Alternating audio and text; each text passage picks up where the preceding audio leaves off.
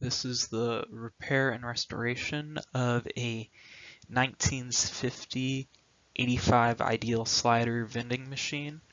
As you can see in this image, this is the vending machine. On the top is the access for retrieving the bottles. On the bottom is the compressor. I have already taken off the side panel, and on the inside of the side panel there is a little piece of instructions on dealing with the servicing of it, and basically it just says have a professional come and repair it, but by this time I don't think there's any more people to come and repair it.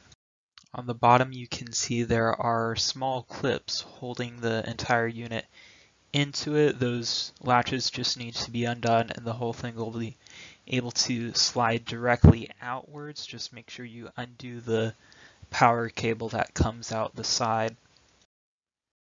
Here I was able to find one of the serial numbers stamped on the compressor. You can see here that the warranty did expire May 31st, 1957. This date is also on another part of this compressor.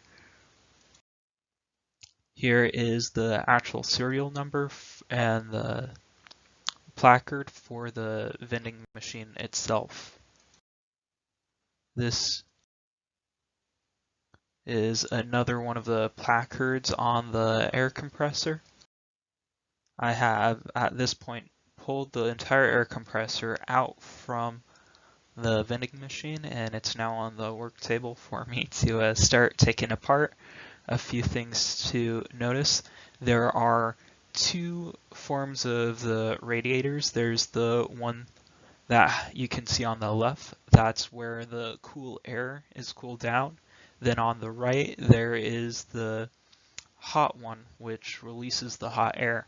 There are two sets of fans in this unit. The first one right in the center, that blows air into the main box here that has the compressor, and it goes through the hot one to expel the air.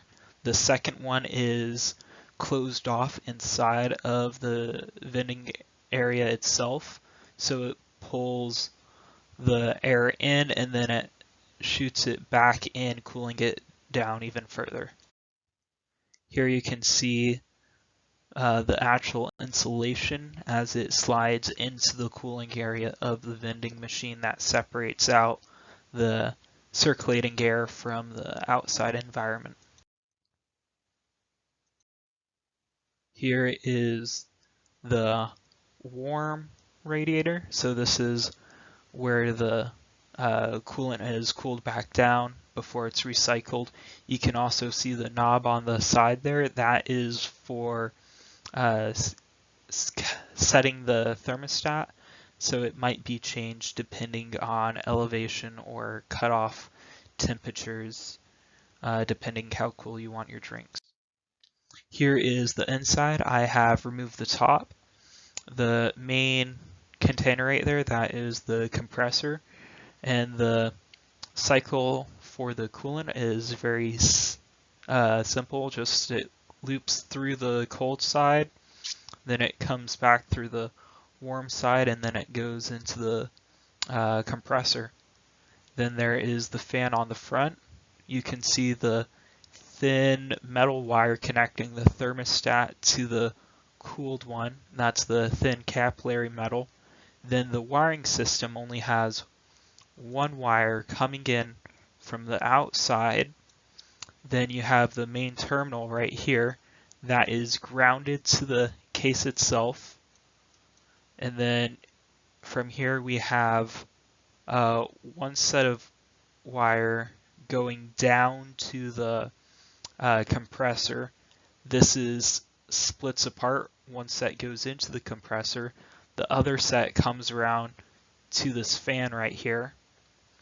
Then we have a cutoff power line that you can see coming right along here, and that actually plugs in and it connects to the thermostat right here to cut off the power to the compressor and the fan.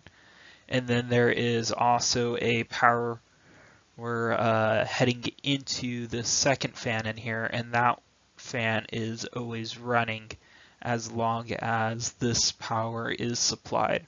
There also is a additional thing to bypass the cutoff here, and that is for when the lid actually opens up, it would allow the power for the compressor to go on as well as this fan. So essentially the compressor and the fan are both tied into the same loop, and it's only when either the thermostat is closed or the top lid of the vending machine is open that it will be running. Here is a top-down view. You can see the wire coming into the compressor. It goes in, then it also branches out, comes to the fan. It is a pretty tight clearance right here, so you want to make sure that your wires don't fall in here. Then you can see that thin capillary piece I was talking about that connects the thermostat, as well as the power cable that has that in circuit with the fan and the compressor. This is the main terminal. You can see it is grounded to the cage, and all the plastic on the wire, the insulation was kind of coming off, so most of that I have removed, and I actually replaced it with some new wiring. So here you can see the parts coming out. So this one right here was heading towards the fan in here, that's always on. Then you have power heading down towards the compressor, and that splits off to the fan.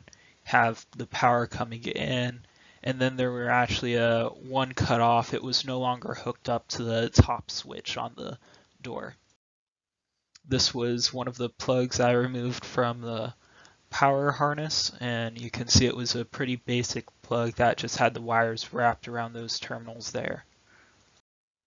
Here is the inside of the compressor unit. So it did have this little housing mounted on it.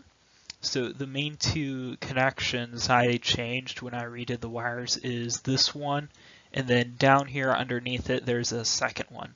So essentially it just comes straight from that central power part, and then it also has the fan hooked up, so anytime the compressor has power, the fan will also be running. And then there was some spared wire right here that had just been cut, so it appears that this unit has at some point been serviced and had some of its wires replaced. Also, the entire bottom of the compressor was pretty dirty, so I had to clean that up. It looked like there was some type of insulation that had filled the full bottom part of the compressor unit.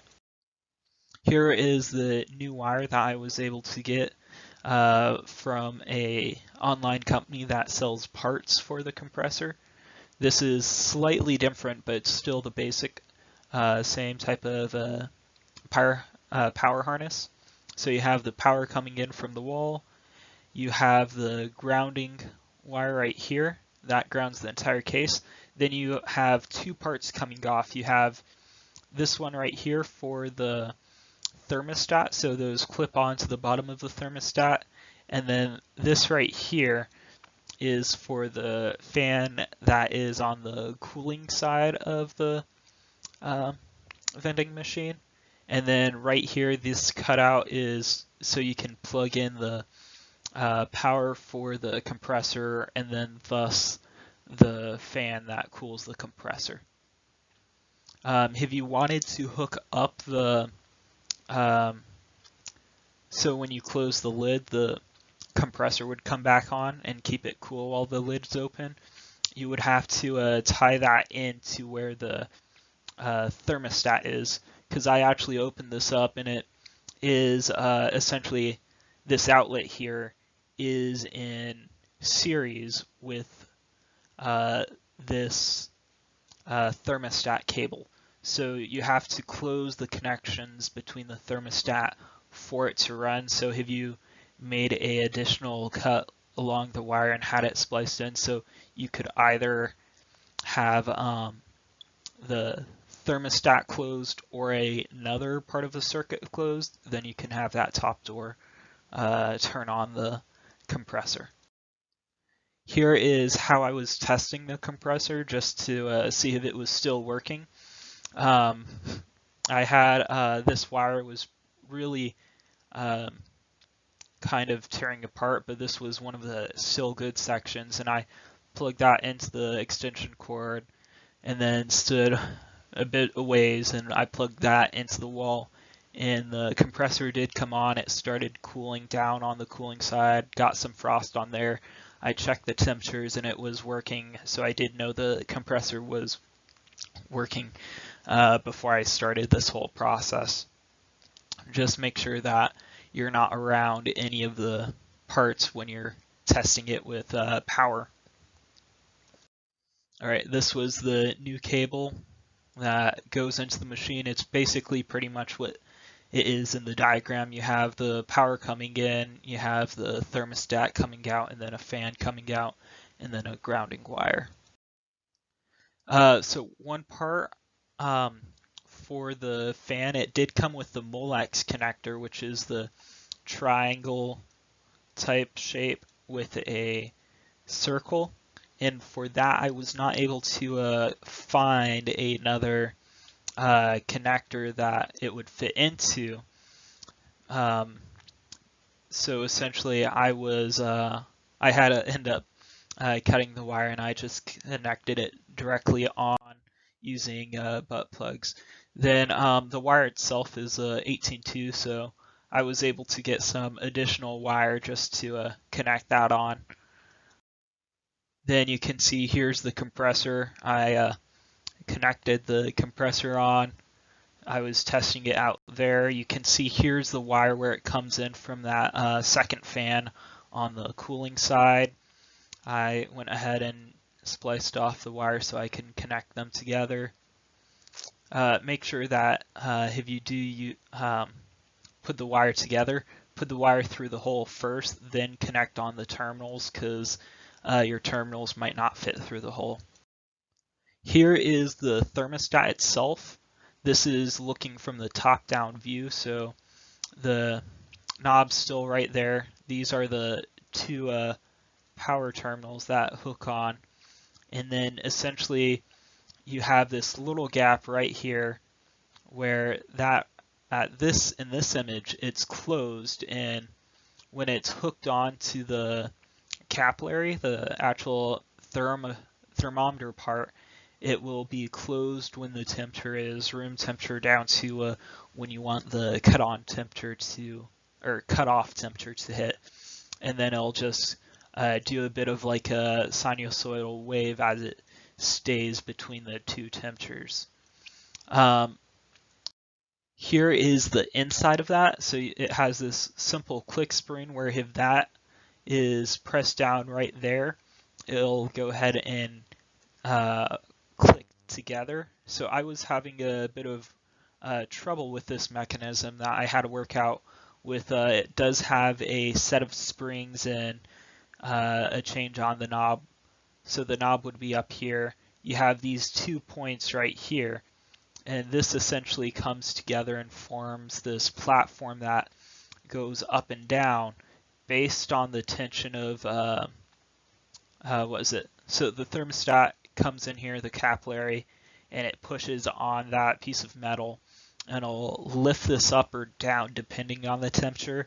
And essentially you can change with the knob on the top to push it down a bit more if you wanted to correctly calibrate what temperature it comes on and off at. Here is another view. This is the view where it's actually open on this side. So you can see those two parts are actually apart, and it takes very little force for them to actually click together or to click apart. The main trouble I was having was getting this screw right here. So there's two screws, and essentially as you turn the knob, you're actually able to turn it to a point where it turns off. And that's, you have this arm right here. And as you twist it, you're actually lifting this part away from it, which will lift the arm up, and then that should hit the top part, which actually lifts this part off of the contact switch on the bottom. And then the actual capillary should just touch right there to push it in and push it to allow it to come into the contact or not. So this actually took me a bit of time to actually get it correctly in tune. I have it so the switch on the top, the knob, when you twist it right up here, it'll allow it to click on and off, and you can hear it clicking. But what was it? I haven't gotten the temperature set for it to cut off where I was testing to the lower chamber, because you can only actually check the temperatures when it's in the vending machine, because that's how it will be circulating the actual air. And that's I did try using ice on the thermostat, but probably need to put in a more modern thermostat if I actually want it to cut off on the temperature. Here is the top part, so you can see how that just screws down and adds a little extra pressure. And then this is the top hole that actually lifts that one part of the lever back, that arm, to lift the whole thing up. Then here is, once this is wired in, this is my work setup, so you can see I had all the screws I had lined up so I didn't lose any where they were. Then you can see the fan. I did attach new connectors onto that and put new wires in from that part onward, so that's all new wire. So in case there does happen to be a bit of water on the bottom of this, it won't short out across that. Then you can see here I got the wires through the casing for the compressor. So now pretty much everything's hooked up.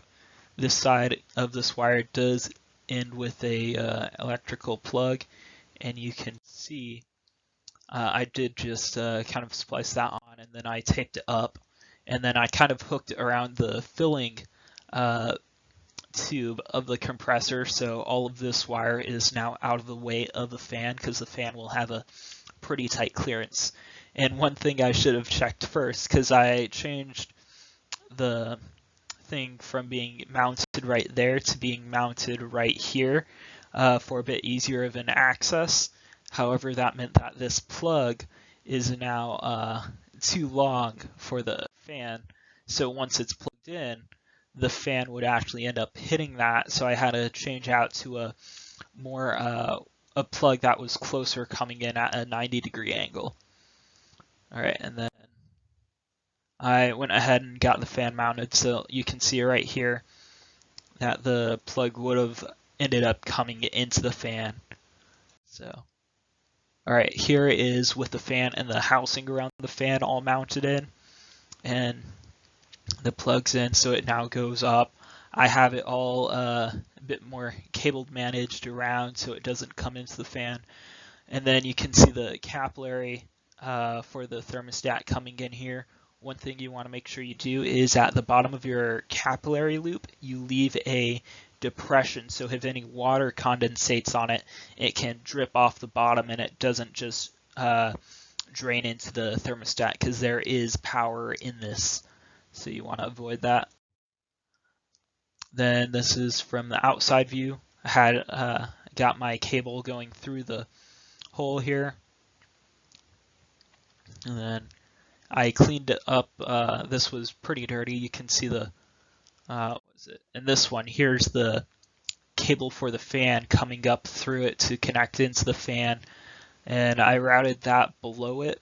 I did originally have it coming from more of this direction, or that's where it was originally. However, this is a pretty tight gap and it would not fit between that, so I came over to the other side. Alright, so moving on to the bottom of the vending machine itself. So this vending machine was just sitting on the ground. It did have these little triangle shaped mounting pads that had a hole, so I guess they could have mounted a wheel through them, but there weren't any wheels when I got this vending machine.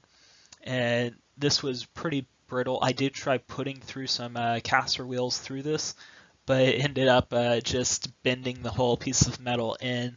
So I pulled them off, and you can see those tiny holes there where it was just spot welded onto the bottom of the case. And I wanted to lift it up a bit more out of the water. So I sanded this area, clean it up so I can weld on some plates. Here's the metal plate I use. This is the bit thicker metal. I think it was like a 1/4 inch, which was well more than what you needed. Then got it welded on here. I did realize at this point I drilled the hole, or I welded it on backwards. The hole should have been here before I welded it on, and this was actually the last one I did, so I got the other 3 right. Then just be careful, this metal though, it does tend to melt. You can see that kind of gap there where the frame of the metal was pretty much melting away as I was welding it. Alright, here is another part where I welded on one of the plates. You can see I couldn't get it off, so I just drilled another hole. That took a bit using a hand drill, since I didn't have the drill press hooked up to do a sideways hole. Alright, this is with the caster wheels on, so they spin and the whole thing spins, and you can just push the entire vending machine now, and it's really nice. Then I did go over this part since it was pretty much rusting, and I wanted to preserve this metal as much as I could. Went over it with the orbital sander to pull off the black paint. The black paint is pretty thin. I think it was sprayed on, and I ended up going with the thicker paint that I painted on it. And then here, I put some tape on the bottom, and then I used a thick black paint to seal it, and I also painted the bottom and the plates without the wheels, and there was a spot right around here with some rust, so I cleaned that up. Alright. Then I added the caster wheels on. You can see it's a really nice color. It stands out a nice black, shiny black that contrasts the yellow. I'm not planning on removing the yellow paint because I don't think I can get a decent enough paint put on unless I got like the spray paint booth put back together. This is where the vending machine actually gets its name, as the slider. So you can see these lines right here. This is where bottles would hang from the top, so glass bottles. They would hang down, and you can fill this whole thing up with a large number of bottles. When you actually got the bottle you want, you would slide it along the line into this area right here. And then there's actually a little lever on the side of the box, so essentially it kind of looks like this, where you have this shape, so you'd have your bottle in right here, and it would come down. And then you can pull your bottle straight up, and then this piece right here would pivot around on a point, so that would turn over and allow you to pull your bottle straight up when you put your dime in. So I cleaned up both the slider itself as well as the vending machine here. So some of the bottom parts right here, they were kind of starting to corrode in a way, or building up some material, and I just couldn't get it clean, so I went over it lightly with both the wire wheel and the orbital sander just to clean it up. And as I was taking it apart, you can see really cleans it up, and I ended up putting just a clean coat. So I did actually pull out these 2 panels right here out. They wouldn't actually unscrew on the screw mounts, so I ended up needing to drill out those screws, and I put new ones in. Then you can see this here is the thing I was telling you about that holds the bottles in, so it pivots around that point there, and then you can lift your bottle straight out. So that goes over to the coin mechanism. All right, so I ended up pulling those two panels out, and then this was just the bottommost panel. Underneath it, it was filled with a large amount of dirt that ended up cleaning out. I did find a few cool things. So this bottom panel here, though, it was for the pre-cooler. So before you'd actually slide the bottles into the slots, you would just place them here on the side of the panel to start cooling them down before you actually put them in the slots, so you can have already cool drinks in the machine, so people who come and get them don't just get one that was recently added. And you can see how over the time they kind of worn out a pattern on the thing. So you can see it was, I think it was like 7x4 bottles were stored down there in the pre-cooler. Then you can see here, this is where the panels are, and this you can actually see here how the airflow for the whole machine goes. So right here there would have been the wall that has the cooling part of the compressor sticking out, and it sucks in warm air from this area here, and then it actually blows it up out of here so it gets to the bottles, which would be hanging from overhead. So it can kind of do a loop in the circulation. Some of the air would come in through here, some of the air could come down through here where the pre-cooling bottles are waiting, and then it just does that loop over and over again, and from this perspective it would be a clockwise loop. So there's just a very thin gap right on the top where the air is blown out. Then you can see when I was removing that panel, all the dirt, and there was some glass, a few coins. It was pretty cool. I ended up washing the coins off, and here you can see some bottle caps. There was even a bit more glass. Then you can see the bottom drain right here, so that's where everything's supposed to drain out, but the drain itself was actually clogged up. So I ended up cleaning this out and sanding it and putting a clear coat on just to keep it from coming out. And actually I had to remove these panels because I dropped one little piece right here that it's basically a space to hold that small gap at the top to let the air blow in. So I was able to retrieve that, and I didn't drop anything else down here when I was putting it back together.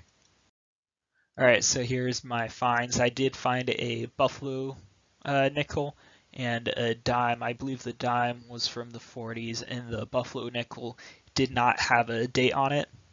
It's kind of known for being worn off. So here's the bolts I had to drill out. So they actually screw into like a grommet type thing that's a part of the wall itself, and I wasn't able to find any more of those grommet anchor things, so I ended up, for one of them, I actually drilled out the whole plug that had the threads in them. So I had to go ahead and put like a lead plug in it, and then I was able to glue that on enough that I could actually just twist the new screws I got some new machine screws. So there were actually I think like 5 mounting areas on here where the screws went, and I think half of them I was able to get the screws out without like needing to redo the threads, but some of them I wasn't able to get the actual parts itself. So here you can see I did a spray clear coat on the bottom to end up protecting it. I did go over with the orbital sander just to help clean everything up, and then I just put a clear coat on it. Then you can see those holes right there where the new bolts will go into. Here was the slider. I think this might have been an image before I sanded it down. So I went over this quite a bit with the wire wheel to get it all shiny up, because you can see it was getting all these rust spots on it. All right, then, yeah, this is after they're all sanded, the panels, and I sprayed the clear coat on it. All right, here is, so I had already put the bottom panel back down. You can see those little circles we were talking about. So this panel here, it basically, it's like a T panel. So it goes kind of straight up and then it splits over that way and then it kind of comes this way. And yeah, then it's held off by, wait, no, this is, yeah, this is the T panel, but it doesn't actually connect on right there. So it actually gets mounted with a standoff onto these parts right here.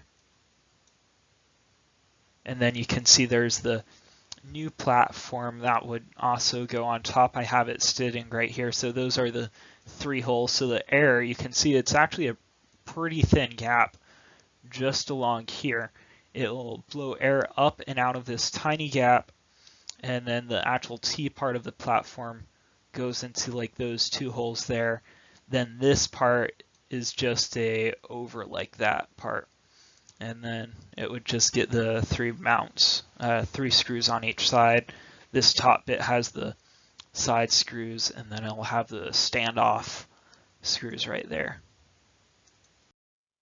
Then some of these things were still spinning as I was trying to put the screws in. You can see there's where the old screw was right there, and I ended up needing to like drill a new hole.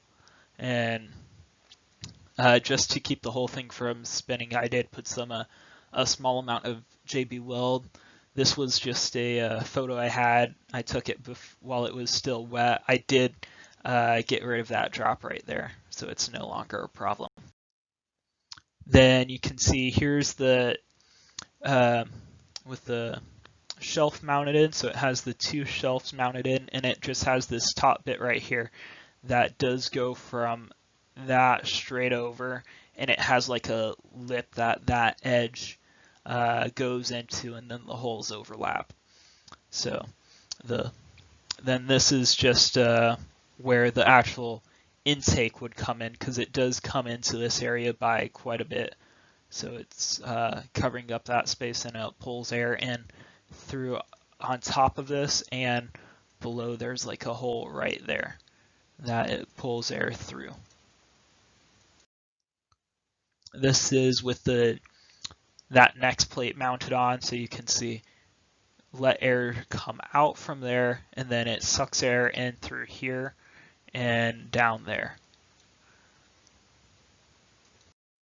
All right, it's all cleaned up, have the bottom painted, and then the actual anchoring platform that keeps this door shut, it's a square nut that's mounted in a bracket, and then there's this large screw that goes into there. I don't think I have a photo on this set, but essentially on the door here, so the door comes out a bit further.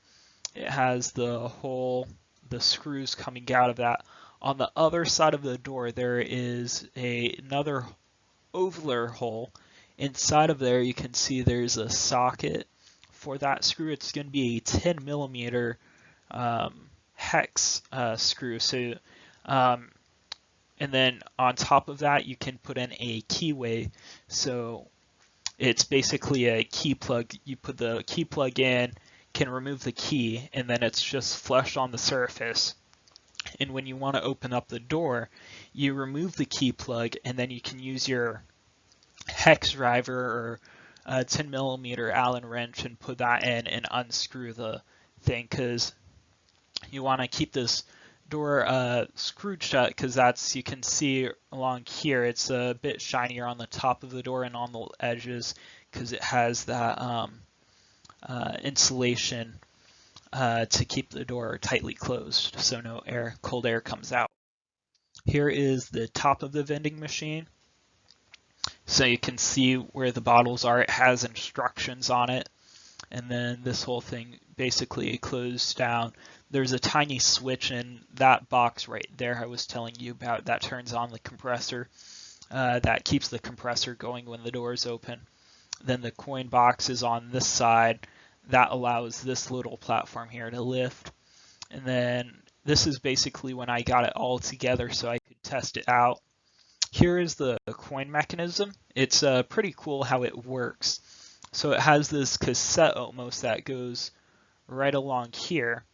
So the coin is you put it in through the front, but it rolls down over here, goes down through these two flaps, and then it gets dropped down right there. I think I actually had a coin in that you can kind of see. I had a coin right here.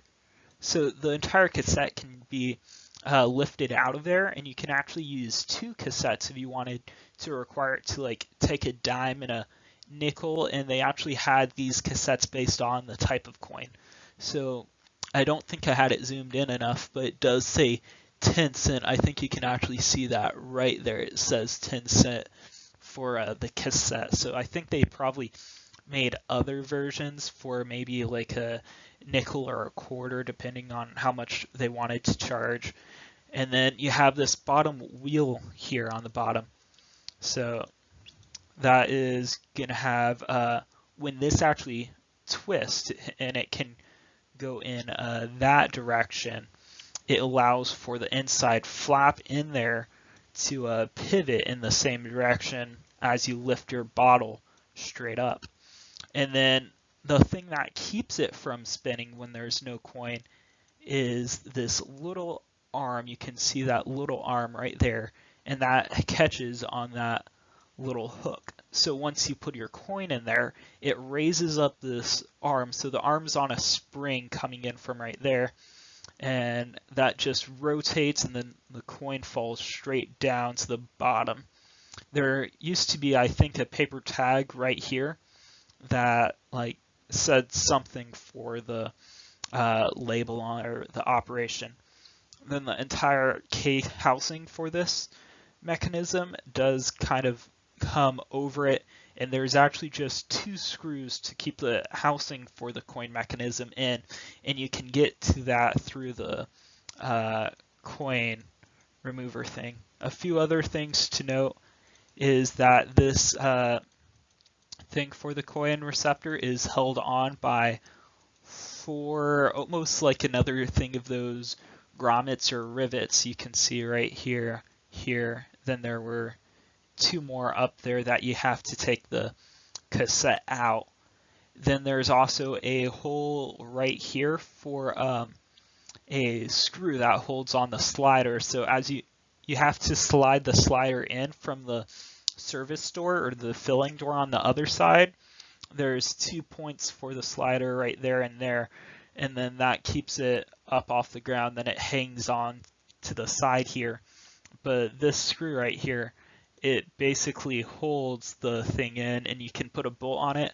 I wasn't able to put a bolt on that because this coin mechanism is a bit bent, and it actually looks like someone else drilled a new hole right there that but I wasn't able to put a nut on.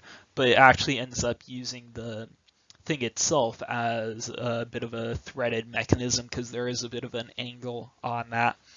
So someone could unscrew the bolt from the other side because it does have just a flat head thing, but they'd still have to go through the other two things, and that can only be undone from the inside. All right.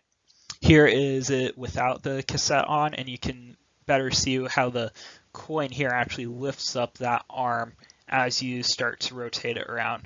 And I was saying you could put on a second cassette as well. It would just need a second one of those coin catches and a second arm. And in order for both of them to go up, you'd actually need two coins in both the slots to lift up both arms. Otherwise, it would catch on that little hook. Then the coin return mechanism on the cassette itself. So I was saying it could either come down along like a loop like that. If your coin's bent, it might get stuck in this area right here. And there was a little flap on the top, and on this side bit, it will have a bit of a spring that comes up and over and down on the housing that can push on it. All right, this is all together. I had the compressor back in, the cable coming out the back. Then I was able to get it down pretty cold actually, so just 20 degrees. I think it would have kept getting colder if I just like let it run, but at this point I actually already had some bottles in here and I didn't want them to like get too cold that they freeze and break after I just cleaned everything. So I just unplugged it, so it looks like the thermostat wasn't kicking in, and I will need to go ahead and put in a new modern thermostat, wire that in. For now, I just plug and unplug it. So here I was trying out a selection of different bottles. I believe all the bottles I went with were the 12 ounces. Um, I was actually surprised. This one in the far back, that's the Mexican Coca-Cola with the sugar cane. Those bottles are known for being extra tall, but actually is skinny enough that it was able to go through here. There is actually a bit of a risk that as you bring it in this area here, you can drop the bottle down, and if it falls on its side, then it's kind of stuck. So you'd have to come in from the door of the thing and reach underneath to get it back out.